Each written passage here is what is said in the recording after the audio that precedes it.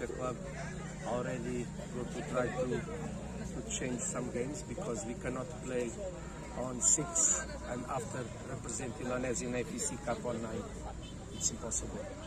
I think it's better we put this game not play at home but play away and not put on 6 but like play on 4 of August because we have more 2 days to rest, and if Indonesia want to help us to try to make a miracle because Kedah is much better than Kuala Lumpur, much better. I think it's important for them to help us on the schedule and try to put our game against, I think it's Bali game. Yeah. I don't know. We play. Oh no, Bali or Persija Jakarta. Persija Jakarta. Yes. Tahun ketiga ya. Persija.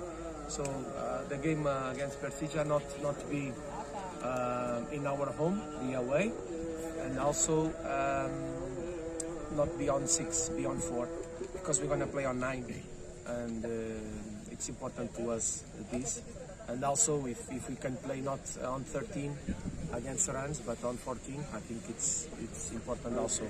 But I think also because we want to play in our field in the first matches, if we can play not at home but away, and after when we have our field we can play at home, I think it's better, and for our supporters also, of course, because football is to be on passion with our supporters, and if you're going to see the last matches, we see big difference when we have our supporters on the match or not.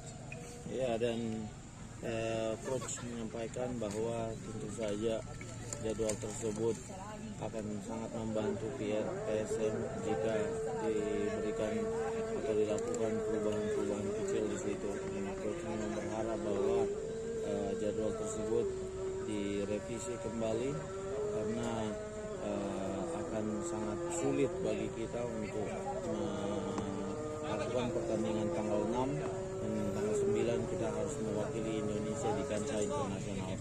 Jadi kemungkinan tanggal-tanggal yang bagus, yang menurut coach bagus itu ada di tanggal 4 mungkin lawan Persija, dan ini bisa dilakukan away.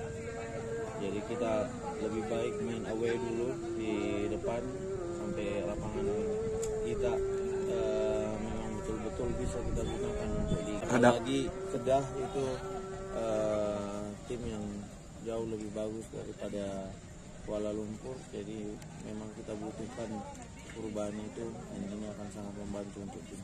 Terima kasih sudah nonton, jangan lupa like, subscribe, dan share ya.